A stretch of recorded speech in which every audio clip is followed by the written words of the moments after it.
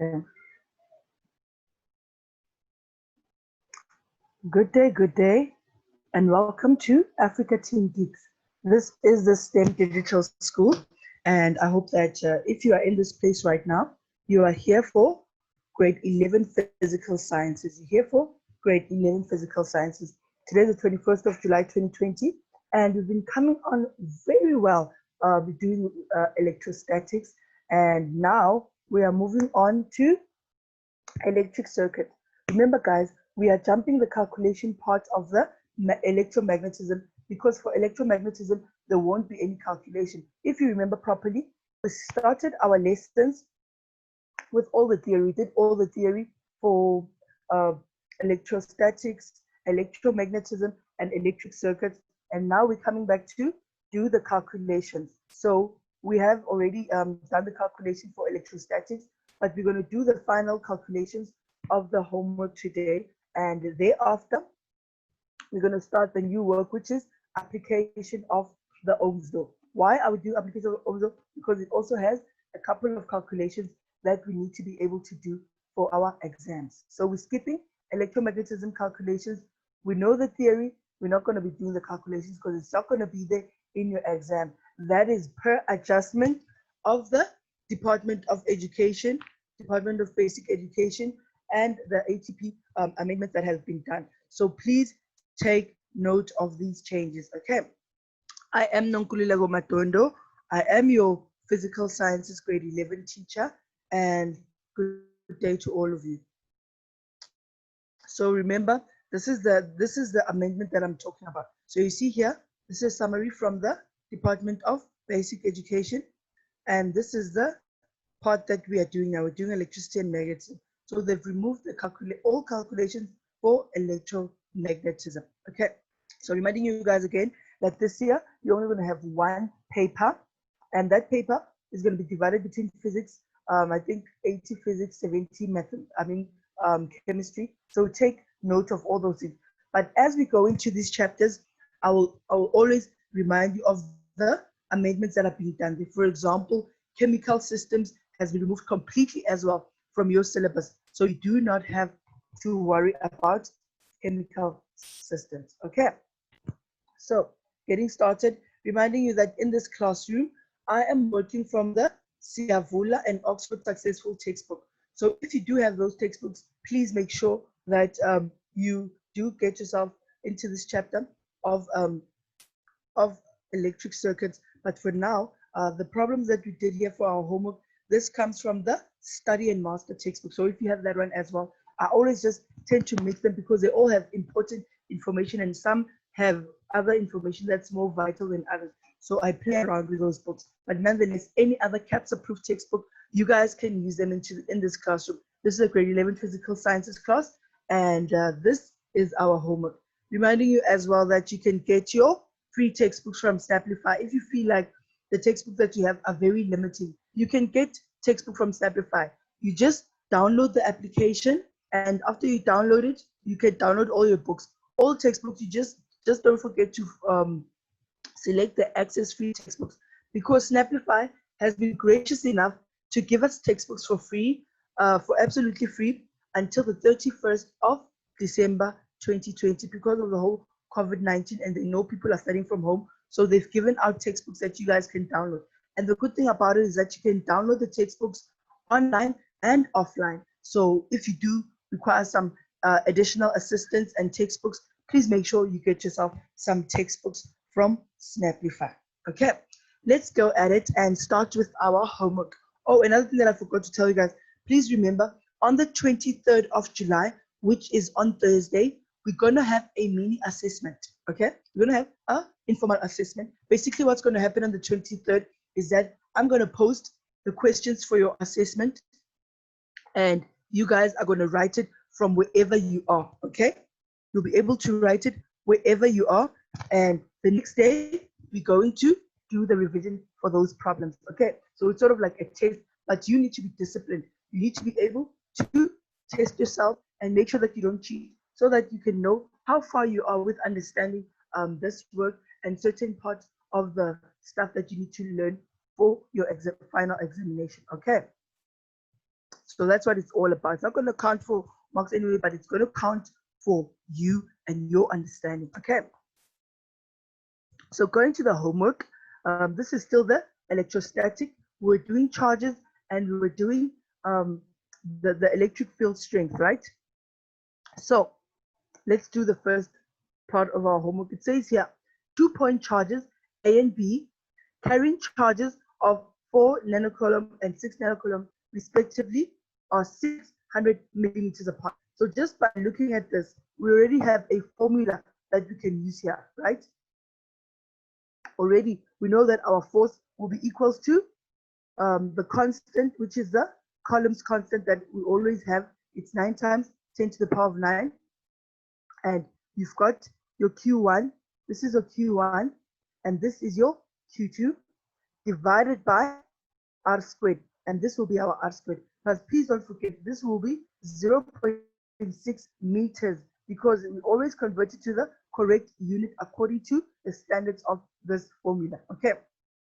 So already you can just calculate the force just by looking at it. Okay. So on number 8 it says, calculate the force experienced by A as a result of the presence of B. Okay. So what does that mean? Basically, it's a force. You're going to calculate the force in this case, which will be equals to Coulomb's constants times Q1 times Q2 divided by R squared. And let's see. Here it is. You see, this is our Coulomb's law. Okay. Our Coulomb's law, reminding you guys as well from the theory that our force is, the Coulomb's law says that our force of your electric force, your force in your electric field is directly proportional to the charge and indirectly proportional to the squared distance between the two charges. So just take note, you know, it's always good sometimes that when you write your formula, you also rehearsing your equations and your laws according to what they state, because this will help you, especially in your exam. They can't easily ask you what state the Coulomb's law, or by using the formula, state the Coulomb's law. Okay. So here we have it. We're going to say F is equals to K, Q1, Q2 over R, and this will be our K. Remember I told you this is a constant. This you always have to know, and it'll also be there in your formula sheet. And then you multiply that Q1 and Q2 because it's a nano. Because it's a nano, it's going to be times 10 to the power of minus 9. Okay? It's going to be times 10 to the power of minus 9 for both of them, and you divide it by 0.6 meters. Like I said, guys, please do not forget to make it your standard formula. Okay? Especially your what is given. Like this one, it was given as 600 millimeters. Make sure that you convert it to meters so that you can have the correct answers. Okay? So that's our answer. It's 6 times 10 to the power of minus 7 newtons away from B to the left. Okay, now let's discuss what this answer means right here. So if they say 600, why do we have, why is this force moving away from B? And why is it moving to the left? Okay. Remember, number 1, we know that force is a vector. It's got magnitude and direction. So this is our magnitude. So we need to also state our direction. So you see this arrow on top of the F. That indicates that this is a vector. It's a force. It's got magnitude and direction. So whatever answer that you have when you calculate a force needs to have your direction. And why do we have it away from B, guys?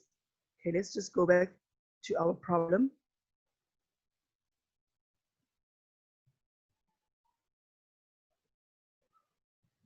Okay, I just want to show you guys something. You see these two charges, guys? These two charges are both positive. And what do we know about positive charges? According to the column to Faraday's law, is that like charges will repel each other and unlike charges will attract each other. So in this case, we've got two positives. So two positive will be charges that repel against each other. Okay, so that's why it is moving. It is that force away from B. Okay, or this one would be that force away from A. They will not be corresponding or attracting each other. Okay. I hope that it makes sense, because you need to know this so that you can be able to apply the correct words when you're writing your answers. So once you see two positive charges like this, you know it's going to be away, or it's going to be to the left, whatever it is, but it's going to be away from the direction of what it's charged against. Okay, but if this was positive, and this one was negative, it was going to be the force towards A or B. Okay, because that would be an attractive force. Okay, so it's 6 point times 10 to the power minus 7 Newton. So we move to B. What does B say? B says, describe how the magnitude of the force will be influenced if one of the charges is doubled. Okay, or if both charges are doubled. And number 3, if the distance between the charges is half. Okay, so what's important about this number B is that we are getting into explaining the definitions, right? So basically, you have to go back to the definition of the Coulomb's law in order to apply this. So we know that the magnitude of the force is directly proportional to the charges. Okay, so if the magnitude of the force is directly proportional to the charges, it means that if the magnitude of the force increases, or if one of the charges is doubled, the force will also increase, right? Because they are proportional. So it means an increase in charge will be an increase in forces. Okay, so if both charges are doubled, it will also be doubled. So you see the force will be doubled, and this one, the force will increase fourfold. Why fourfold? Because it's double times 2. So this is going to be times 2, and this is going to be times 2. So it's going to be a fourfold. Okay. And here it says when the distance between the charges is half. So mark that. Remember what the definition of Coulomb's law says. The definition of Coulomb's law says that the force is directly proportional to the charges, but indirectly proportional to the distance between the charges. So this distance is indirectly proportional. So which means that if the square distance between them is increased, the force will automatically decrease. And if the square distance is decreased, the force will then increase. So in this case, it will increase with fourfold because our distance here is squared. Okay, I hope that you guys understand. And guys, if you do not understand, please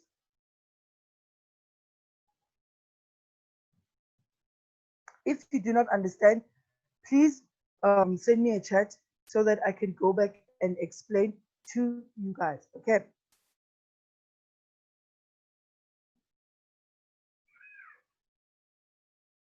So now we're moving to number C. Number C says, calculate the electric field strength at the location of charge A. So now we're moving to the different kind of formula. Remember, this is a formula that we used when we were calculating our electric field strength, which will be E is equals to KQ divided by R squared. And we know this because we substituted the Coulomb's law into the electric field strength. The electric field strength originally was E is equals to F over Q. But our F, because it's part of the Coulomb's law, our F became KQ1 Q2 divided by R squared, and we substituted it into the electric field strength equation, and that we cancelled out the small q's and we're left with KQ over R squared.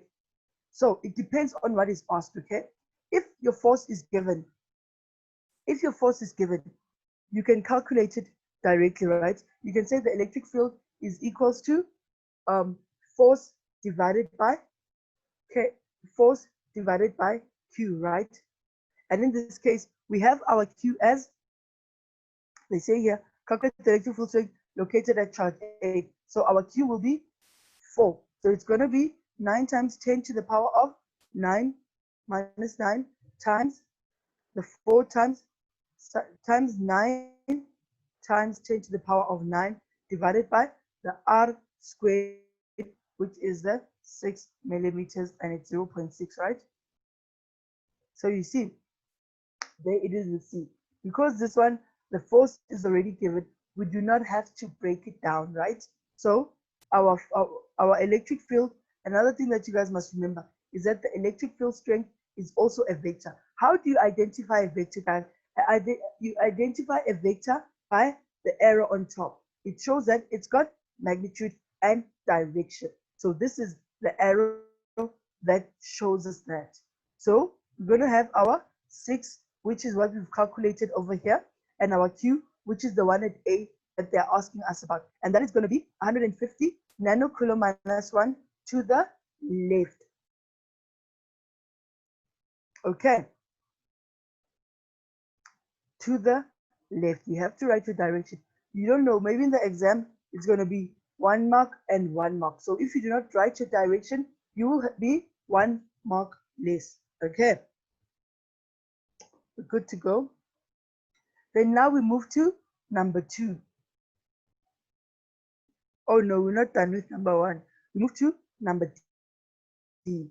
Number D says, without any further calculations, write the magnitude of the electric field strength at A if B is only half a distance away. So write down the magnetic field of strength at A if B is only half a distance away. So what will that mean, guys? Here, basically, you need to go back to the formula. It's always about the formula. So we know for our electric field strength as well, the distance between the charges is also indirectly proportional. Remember, guys, that I told you that if we substitute this equation into this one, we're going to have KQ over R squared. So, which means the distance between the two charges is indirectly proportional. So if this distance is halved, it means that our electric field strength will increase fourfold, and fourfold is a square because remember our R here is squared. So whatever square it is, the electric field strength will also increase. Okay, and if it was doubled, this would decrease. So basically, because it's a squared, it's times 4, right? So it's going to be what we have there times by 4, and that will give us 600 nanocoulomb. Okay, I hope we are good to go. If you don't understand, guys, please do send a chat. I'll go back and explain where you're getting stuck. Okay, so we're moving on to number 2. Number 2,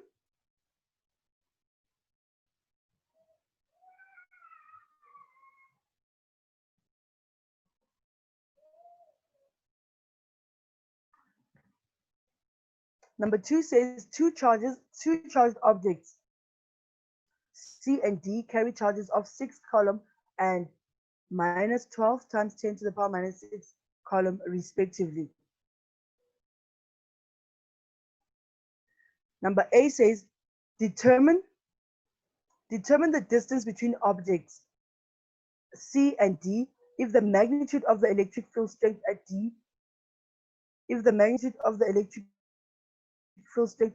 as a result of C's charge. Okay, should I repeat that? It says determine the distance between objects C and D. So now we are looking for R squared, right?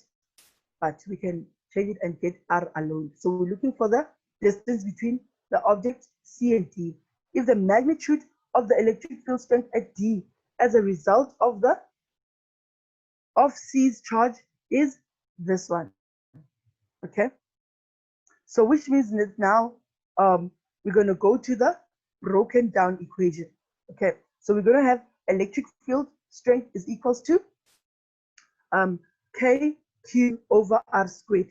Okay. So we know our K and we know our E, our E is the 1.2 that it's given, and our Q is the 6, right?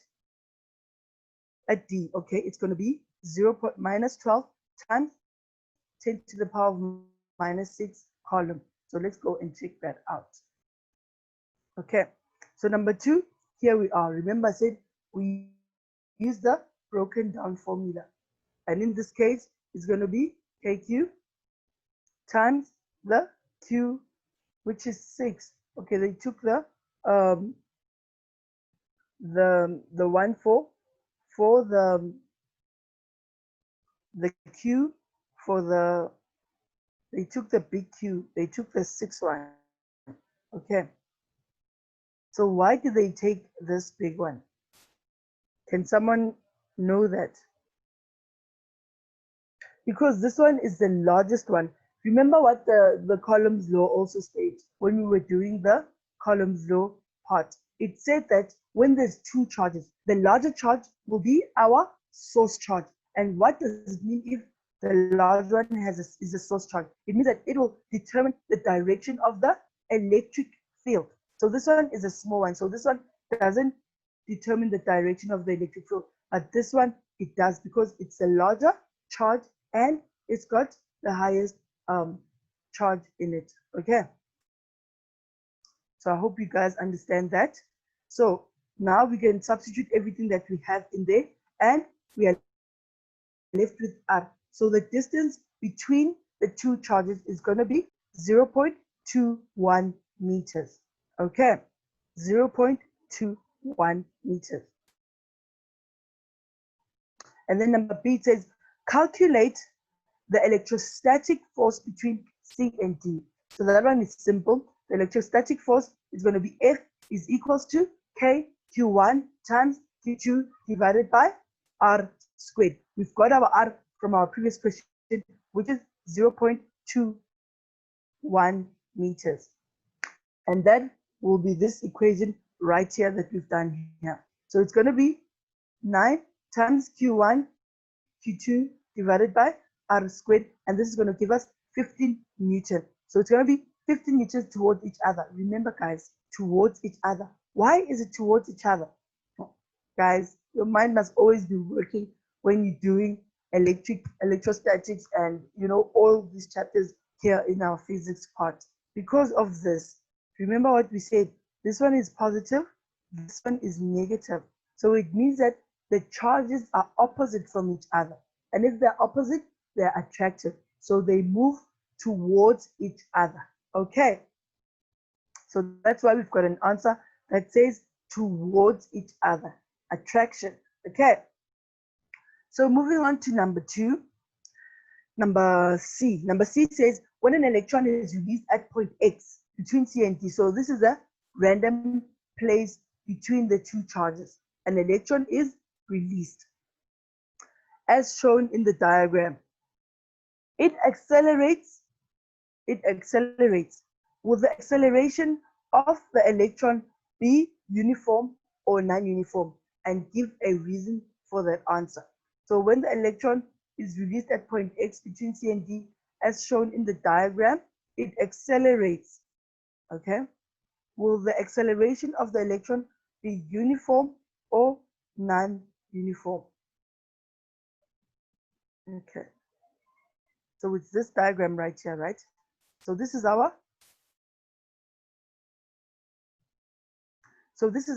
point X. So remember they said C and D are 0.12 apart, right? And now we've got an electron that falls onto point X, right? So what they want to know now,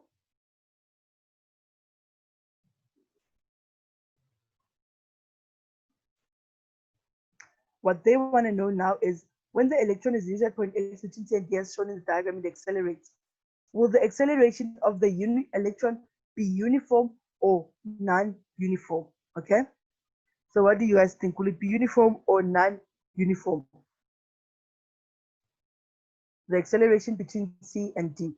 Guys, I hope you guys did manage to do this homework, because if you did, then you'd be able to have an answer for this one. Okay.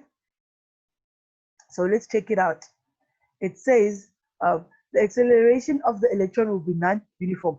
E increases closer to the charge. Therefore, F increases because it's proportional to F. And A increases and because it's proportional to the acceleration. Okay, so you see the direction that they're moving into. It's going to be non-uniform because it changes. Remember what they said, guys, on our theory part. Our theory stated that the electric field strength is always larger, closest to the electric field, to the charges, okay? So closest to the charge, your electric field will be much higher, but as it moves away, our electric field strength becomes weaker, okay? So that's what it means, and that is why it won't be uniform, because if it was the same in any point, if our electric field strength was the same in any point around the electric field, then it would be uniform. But in this case, it's not uniform because it changes. It changes according to the distance where it goes. So further apart, it becomes weaker, but closer to the charge, it becomes stronger. Okay.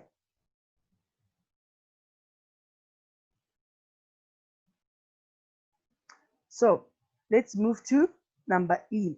Number E says, calculate the resultant field strength experienced by E. Oh, no. We are still on D, right? We haven't found E yet. So they say now, third object E carries a charge of -3 coulomb, is placed near C and D, okay, as shown in the diagram on the left. Calculate the resultant force that E experiences as a result of the charge C and D. So we're back to this, guys. Remember, we had an example of this yesterday.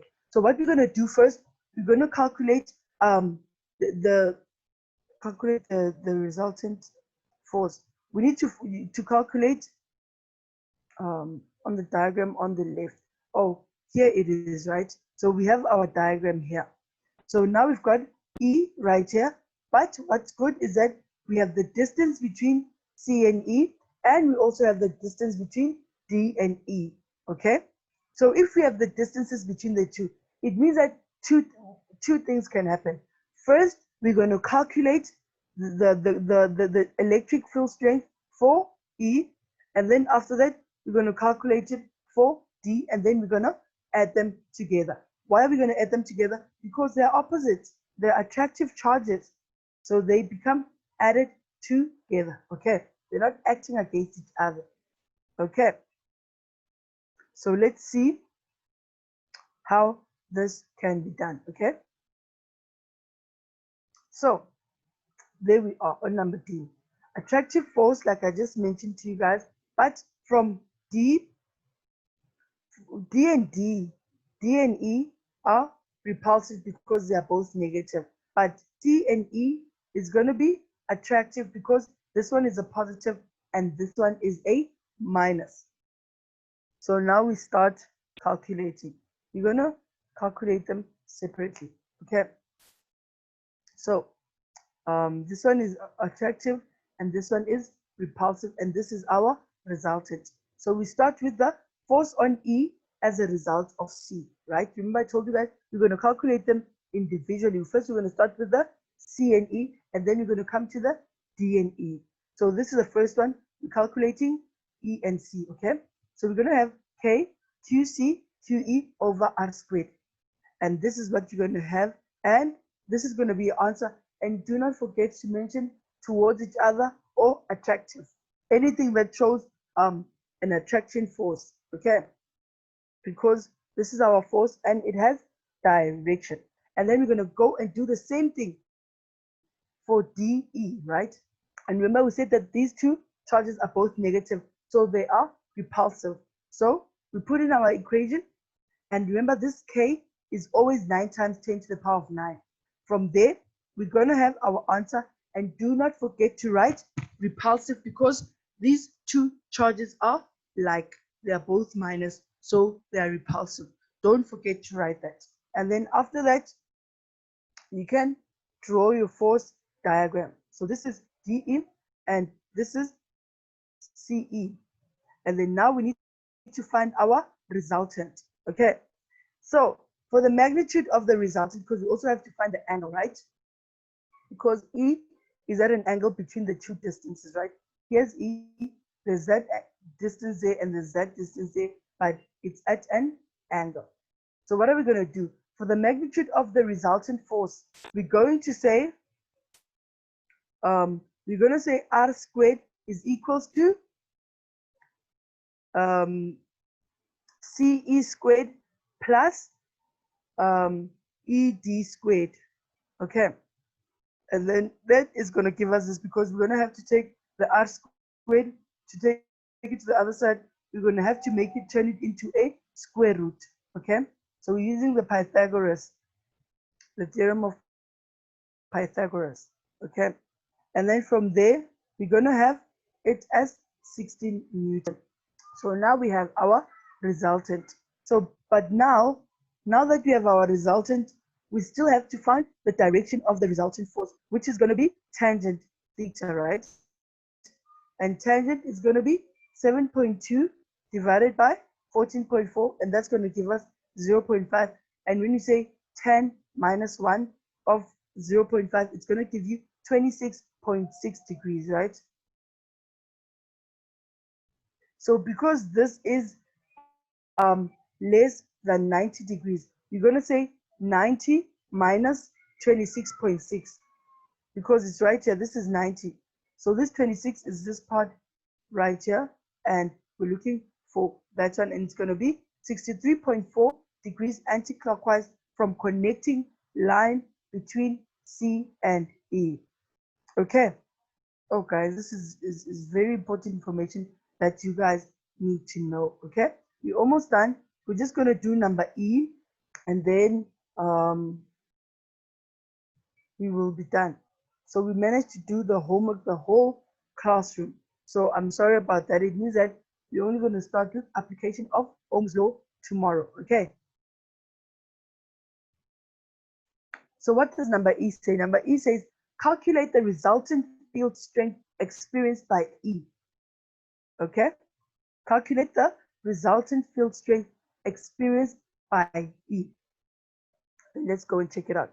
So we want the resultant field strength experienced by E. So this one is going to be simple. It's just going to be electric field is equals to F over Q. And that is going to be equals to KQ over R. Calculate the resultant field strength. Oh, the resultant field strength is the one where we add those electric fields together. Remember, we calculated this electric field. Where is it? We calculated this electric field strength, and we also calculated that one there. So now,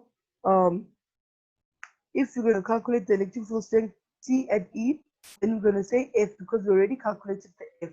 Then we can calculate straight the electric field strength for each one individually, and thereafter, guys, make sure thereafter you use the E, because that's the Q that you want to know its electric field strength, right? So you do it for both sides, okay? For the EC and the DE. And then from that, now you can get the magnitude of the resultant at E. And that's going to be addition, because why? They're attractive. Okay. You add them together. Again, it's going to be a resultant magnitude. So it's going to be R squared is equals to AE squared plus DE squared. And that's going to be the root of all of that. And this is the answer that we're going to get, right? So basically, for the electric field strength, using the same procedure you used as you used for the force, okay? And now the direction is the same as for the force. It's going to be 63.4 anti-clockwise from connecting line between C and E. Okay. So I hope that you guys all got to some understanding.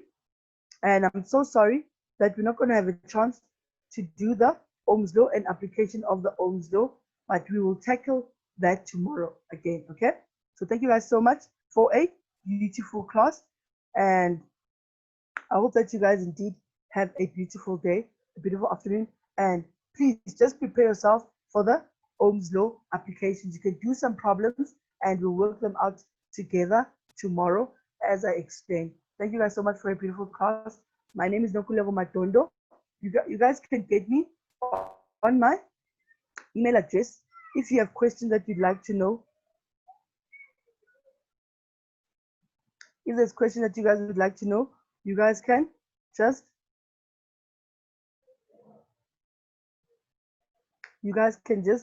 send me an email on t3gt@gmail.com and I will be able to be of assistance to you guys. Okay. Thank you and goodbye.